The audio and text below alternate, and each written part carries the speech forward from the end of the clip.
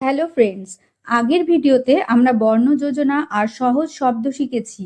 আজকে আমরা সেই পাঠের অনুশীলন করব। এবার আমরা ছবি দেখে সঠিক বর্ণ বসাবো।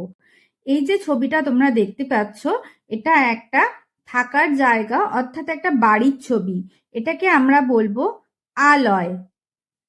আ ল অন্তস্থ আলয়। এই যে ছবিটা দেখতে পাচ্ছ, এটা হচ্ছে ইট। হর্ষই ট ইট। এর পরে যে ছবিটা তোমরা দেখতে পাচ্ছ, এটা হচ্ছে শয়ন। এটা হচ্ছে তালবস্য অন্তস্থ দন্তন্য শয়ন। এই ছবিটা হচ্ছে মই। ম হর্ষই মই। এটা আম। আ ম আম। এটা হলো আসন।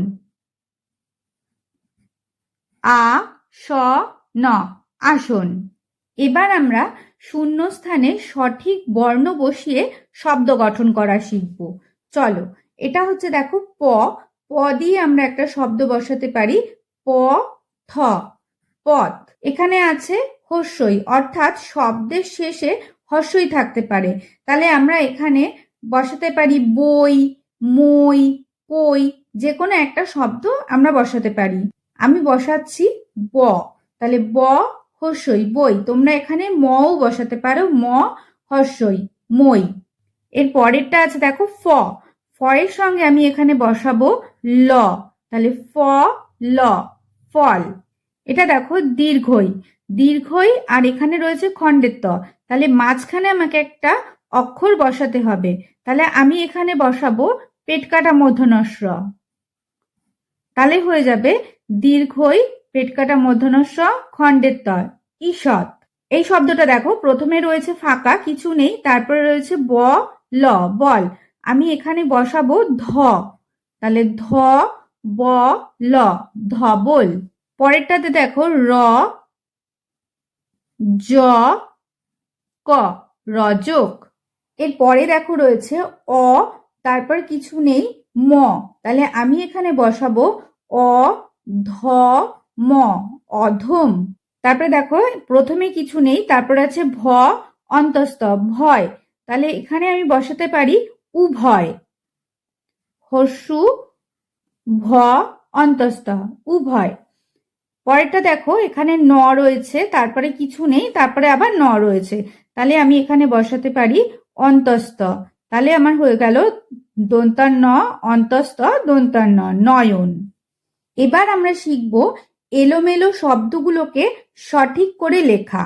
এখানে কিছু এলোমেলো শব্দ দেওয়া রয়েছে, এগুলোকে আমরা সঠিক করে লিখব। দেখো, প্রথমে যে শব্দটা রয়েছে এটা হবে বসন। ব দন্তাস্ব দন্তান্ন বসন। তারপর এটা হবে দেখো রজক। র বরিগার জ ক রজক। এর পরের যে শব্দটা রয়েছে সেটা দেখো হবে ঘটক। ঘ ট ক ঘটক। তারপর এটা দেখো হবে ধবল। ধ ব ল ধবল। এর পরের শব্দটা দেখো হবে অধম। অ ধ ম অধম। এর পরের শব্দটা হবে তরল। ত র ল তরল। তোমরা এই শব্দগুলোকে খাতায় লিখে তারপর প্র্যাকটিস করবে।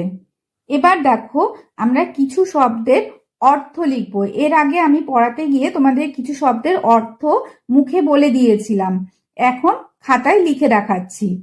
এটা হচ্ছে আলয়। আলয় মানে আমি তোমাদের বলেছিলাম বাসস্থান। তাহলে লিখে ফেলি, চলো। বা সো দন্তের শয় থয় আকার ন বাসস্থান। বয়াকারে বা দন্ত স দন্ত শয় থয় আকার দন্তান্ন বাসস্থান। আবার আলয়কে আমরা থাকার জায়গাও বলতে পারি। ধবল। ধবল মানে হচ্ছে সাদা। দন্তের শয় আকারে সা দয় আকারে দা সাদা। খল।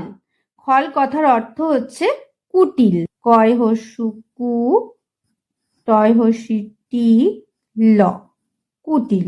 এরপরের যে শব্দটা আছে সেটা হচ্ছে কপট।